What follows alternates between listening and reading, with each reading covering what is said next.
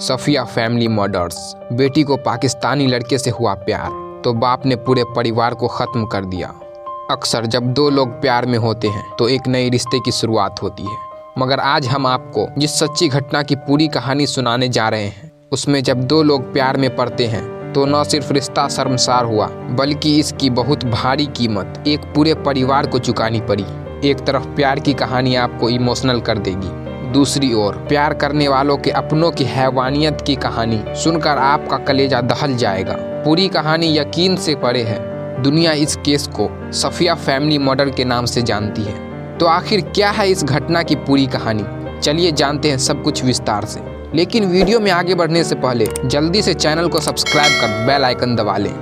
दोस्तों, ये कहानी साल 1950 में अफगानिस्तान के एक बेहद ही गरीब परिवार में जन्मे मोहम्मद सफिया की परिवार की है। गरीबी में पलने वाला और केवल 7वीं तक पढ़ाई करने वाला सफिया बचपन से ही खूब मेहनत करता है और देखते ही देखते इलाके का सबसे अमीर आदमी बन जाता है। आगे चलकर वो अफगानिस्तान के एक रिटायर्ड कर्नल की बेटी रोना मोहम्मद उमर से शादी करता है। शादी कुछ साल तक तो अच्छी चलती है, मगर जब रोना मोहम्मद उमर शादी के 10 साल बाद तक मां नहीं बन पाती है तो सफिया दूसरी शादी 1989 में तूबा यहया से कर लेता है। शादी के बाद सफिया एक के बाद एक 7 बच्चों का पिता बनता है। सफिया के घर में सबसे पहले बेटी ने जन्म लिया था जिसका नाम जैनब रखा जाता है। जैनब नाम याद रखिएगा। सफिया की जिंदगी में सब कुछ काफ़ी अच्छा चल रहा था, तभी अफगानिस्तान में युद्ध हो जाता है। इस कारण सफिया अफगानिस्तान से निकलकर पहले पाकिस्तान और फिर दुबई चला जाता है। दुबई जाने के बाद सफिया दुबई में एम-सेफ ट्रेडिंग नाम से अपना एक्सपोर्ट इंपोर्ट का बिजनेस स्टार्ट करता है। बिजनेस चल पाता है और देखते ही देखते अफगानिस्तान के मिडिल क्लास परिवार से आने वाला लड़का दुबई में करोड़पति बन जाता है। अब दुबई में मोहम्मद सफिया के पास अरबों का बिजनेस था, करोड़ों के घर थे और करोड़ों की गाड़ियां थी। मगर इन सब के बीच एक चीज ऐसी थी जिसकी कमी मोहम्मद सफिया को जिंदगी में कभी भी लग रही थी, और वो ये थी कि मोहम्मद सफिया चाहता था कि उसे यूएई की नागरिकता मिल जाए ताकि बच्चों को वापस अफगानिस्तान न जाना पड़े। वो यूएई की नागरिकता लेने के लिए काफ़ी कोशिश करता है, मगर उसे वहाँ की नागरिकता नहीं मिलती है। जब मोहम्मद सफिया को लगने लगता है कि उसे कभी भी यूएई की नागरिकता नहीं मिल सकती है तो वो पहले न्यूजीलैंड और फिर 1 साल तक ऑस्ट्रेलिया में रहता है और वहाँ की नागरिकता लेने की कोशिश करता है, मगर बात वहाँ भी नहीं बनती है और अंत में वो लौटकर दुबई आ जाता है। अब साल 2007 हो चुका था। मोहम्मद सफिया की तरक्की का सिलसिला अभी भी जारी था। बेशुमार दौलत थी, मगर किसी भी दूसरे देश की नागरिकता उसे अब तक नहीं मिली थी।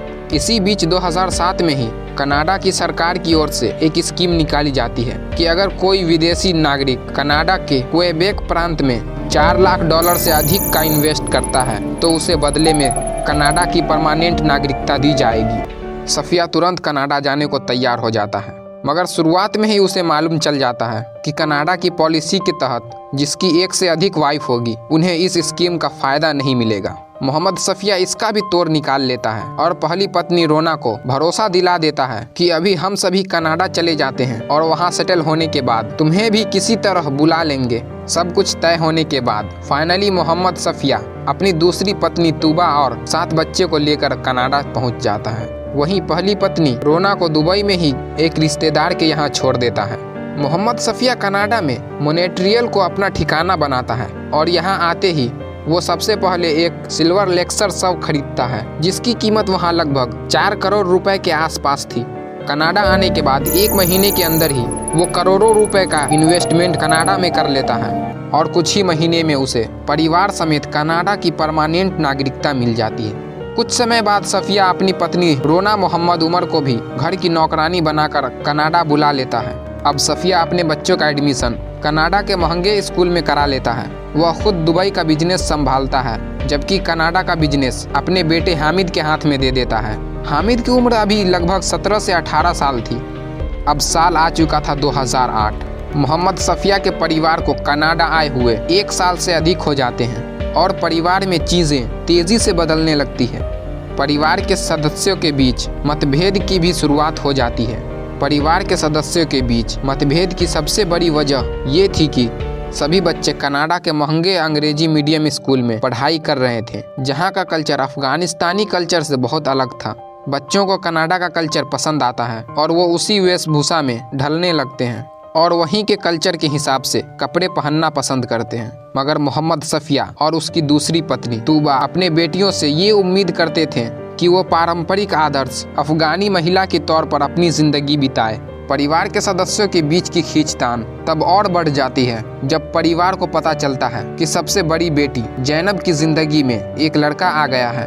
दरअसल जैनब जब अपने दूसरे भाई बहनों के साथ मॉन्ट्रियल स्कूल में ही पढ़ाई करती थी, यही 2008 के फरवरी महीने में पाकिस्तानी मुल्क का अम्मार वाहिद नाम का एक लड़का जैनब को प्रपोज करता है। जैनब भी उसे पसंद करती थी, इसलिए जैनब इस प्रपोजल को एक्सेप्ट कर लेती है और दोनों एक दूसरे को प्यार करने लगते हैं। जैनब और वाहिद अब छिप छिप कर मिलने भी लगते हैं। जब घर में कोई नहीं होता है तो एक दिन मौका देखकर जैनब वाहिद को अपने घर बुलाती है, मगर अचानक उसका भाई हामिद घर पर आ जाता है। हामिद को देखते ही जैनब अपने बॉयफ्रेंड वाहिद को अपने घर के गैरेज में छिपाने लगती है, मगर हामिद वाहिद को देख लेता है। इस बात की जानकारी हामिद तुरंत अपने पिता को दे देता है। इस कारण जैनब को अपने घर में कैद कर लिया जाता है। पढ़ाई बंद हो जाती है। जैनब की आज़ादी पूरी तरीके से छीन ली गई थी।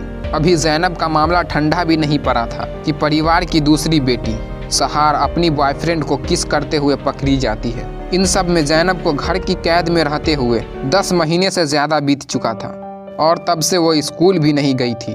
हालांकि अपने 19वें जन्मदिन पर जैनब रोते हुए अपने माता पिता से पिछली गलती के लिए माफ़ी मांगती है और कहती है, भविष्य में ऐसा कभी नहीं होगा, मुझे स्कूल जाने दें।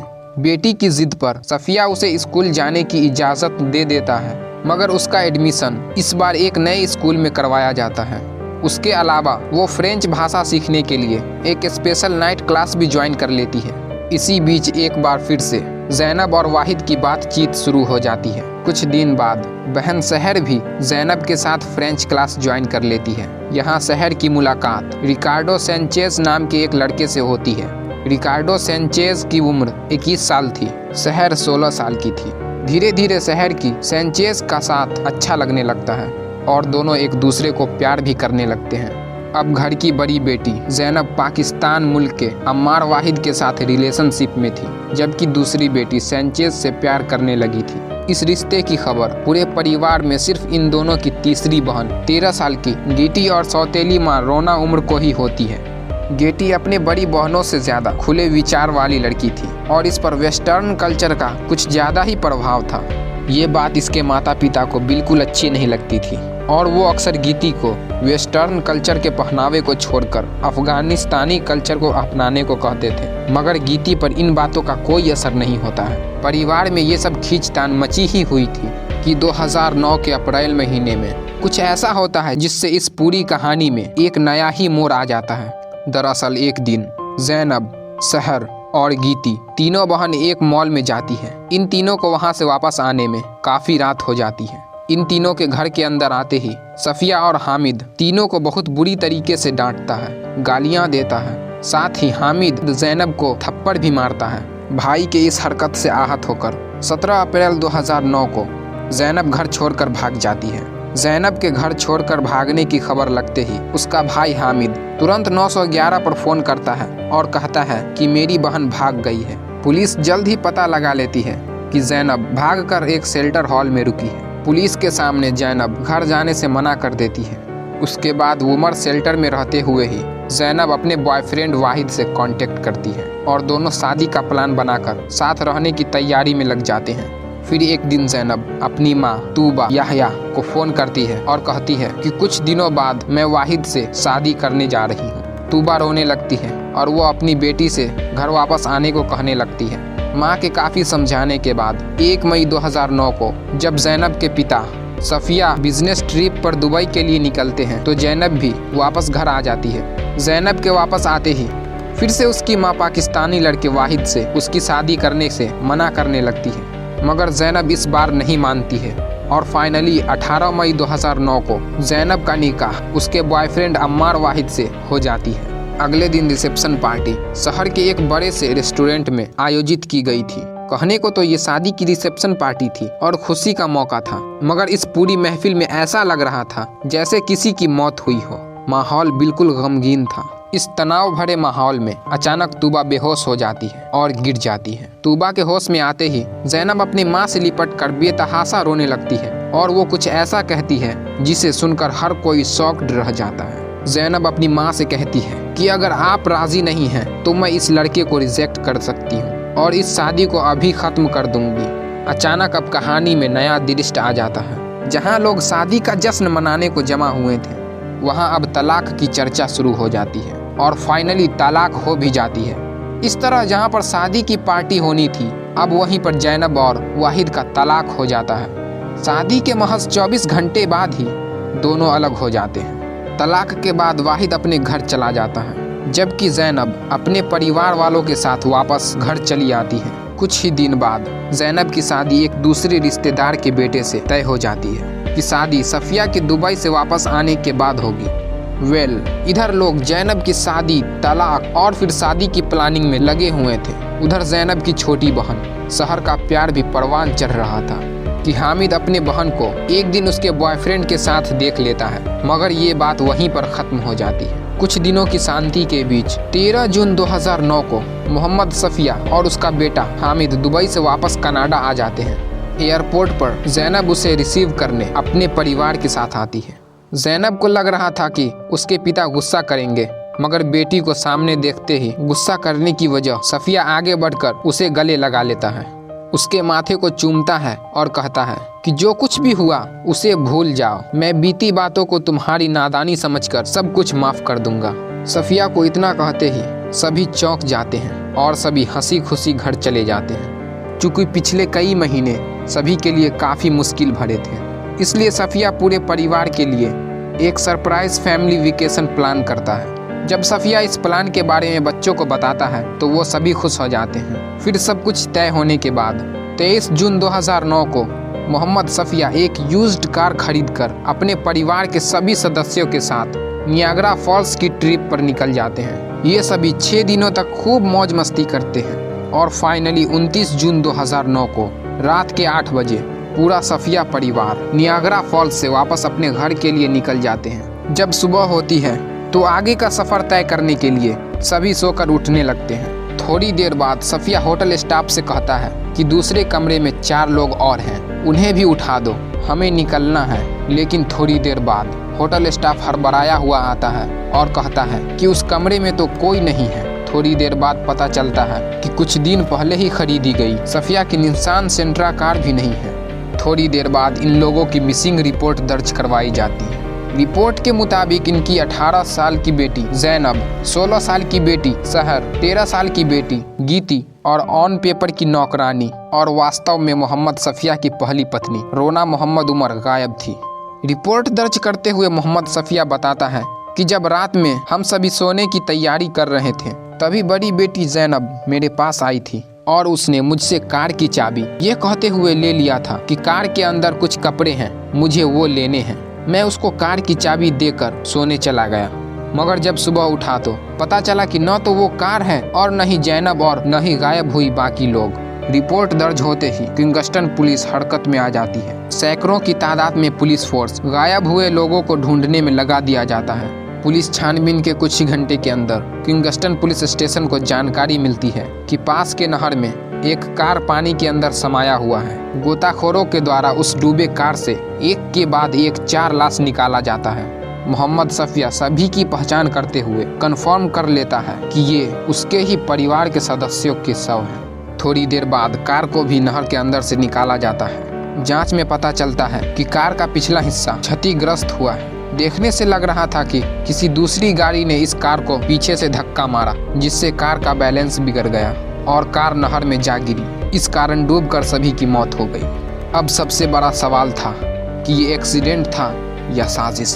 अगर साजिश है तो कातिल कौन है? इसी सवाल का जवाब तलाश रही पुलिस को कुछ दिन बीत जाने के बाद जानकारी मिलती है कि घटना वाले दिन ही मोहम्मद सफिया के बेटे हामिद ने मॉनिट्रियल के एक पुलिस स्टेशन में अपनी लेक्सस कार के एक्सीडेंट की रिपोर्ट लिखवाई थी। तुरंत किंगस्टन पुलिस मॉनिट्रियल पहुंचकर कार की जांच करती है तो पता चलता है कि डूबे हुए कार के पीछे जो निशान पाया गया था, लेक्सस कार के अगले हिस्से पर भी कुछ ऐसे ही निशान थे, जिसे देखने में पता चल रहा था कि शायद इसी कार से निशान कार को टक्कर मारी गई हो। इसे देखने के बाद पुलिस मोहम्मद सफिया, हामिद और तूबा से पूछताछ करती है, मगर कुछ सबूत न मिलने पर इन लोगों को छोड़कर पुलिस असल गुनहगार की तलाश में लग जाती है। वैसे पुलिस को भले ही परिवार वालों के खिलाफ पुख्ता सबूत नहीं मिला था, लेकिन पुलिस वाले को कहीं न कहीं परिवार वालों के बयान में विरोधाभास नजर आ रहा था। इसलिए पुलिस परिवार के सभी सदस्यों के मोबाइल को सर्विलांस पर डाल देती है। साथ ही उनकी कार और घर में भी इंटरसेप्टर डाल दिया जाता है ताकि उनकी बातों को सुना जा सके। पुलिस ने 18 जुलाई 2009 को इंटरसेप्टर लगाया था। इसके बाद पुलिस इन लोगों की बातचीत को सुनती है तो अंदाजा हो जाता है कि परिवार वाले को यहाँ तक कि मारी गई बच्चियों की मां को भी किसी तरह का गम नहीं है, बल्कि वो तो कई बार घर में बात करते हुए मर चुकी बच्चियों के लिए नमक हराम और वुरिश जैसे शब्द इस्तेमाल कर रही थी। इसी के बाद पुलिस का माथा ठनकता है और सभी को उठाकर कड़ाई से पूछताछ शुरू की जाती है। अब जो खुलासा होता है वो यकीन से परे होता है। पुलिस पूछताछ में खुलासा होता है कि सफिया बेटियों से बिल्कुल खुश नहीं था। जिस दिन जैनब ने घर छोड़ा था उसी दिन सफिया ने तय कर लिया था कि वो उसे मार देगा। इसके अलावा जब सहर अपने बॉयफ्रेंड को एक रेस्टोरेंट में हग कर रही थी तो भाई ने ये सब देखने के बाद पिता को बता दिया था। इसके अलावा गीती की लाइफ स्टाइल से भी सफिया और हामिद खुश नहीं थे। इस सब के अलावा सफिया की पहली पत्नी रोना मोहम्मद उमर हर पल बच्चों के पक्ष में ही रहती थी, इसलिए वो भी मोहम्मद, सफिया, हामिद और तूबा की नज़रों में खटकने लगी थी। इसी के बाद सफिया अपनी पत्नी तूबा और बेटे हामिद के साथ मिलकर तय करता है कि वो इन चारों को मार देगा ताकि परिवार पर जो कलंक इन लोगों से लगा है उसे मिटाया जा सके। जब दुबई से वापस आता है तो एयरपोर्ट पर खुशी खुशी अपनी बेटियों से मिलता है ताकि उसे जरा भी शक न हो सके कि पिता उससे नाराज हैं। घर में जो खुशनुमा माहौल बनाया गया था वो सब साजिश थी। वो फैमिली वैकेशन प्लान भी साजिश का ही हिस्सा था। साजिश के तहत ये सभी फैमिली वैकेशन पर निकलते हैं। 4-5 दिनों तक मस्ती करने के बाद ये सभी जानबूझकर रात में निकलते हैं।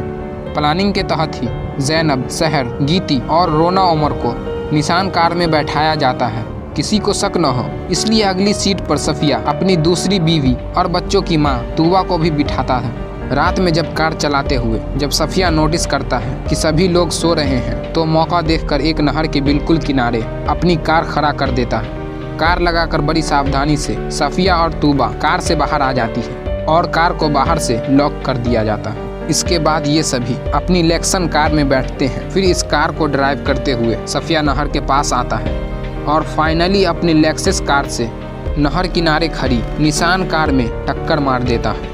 टक्कर लगते ही कार नहर में गिरकर डूबने लगती है।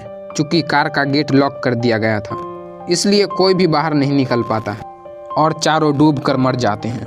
इस खुलासे के बाद 22 जुलाई 2009 को मोहम्मद सफिया, मोहम्मद हामिद और तूबा याहिया को गिरफ्तार कर लिया जाता है। इन सभी पर परिवार के 4 सदस्यों की बड़ी बेरहमी से हत्या करने का मामला दर्ज किया जाता है। अगले कुछ महीनों तक पुलिस सबूत और गवाह जुटाती है। इस पूरे मामले में 58 गवाह पेश किए जाते हैं। कुल मिलाकर पूरी सुनवाई के बाद फाइनली 29 जुलाई 2012 को सफिया, तूबा और हामिद को उन चारों की हत्या का दोषी करार दे दिया जाता है। इन तीनों को फर्स्ट डिग्री मर्डर का दोषी पाते हुए 25 साल की उम्र की सज़ा सुनाई जाती है।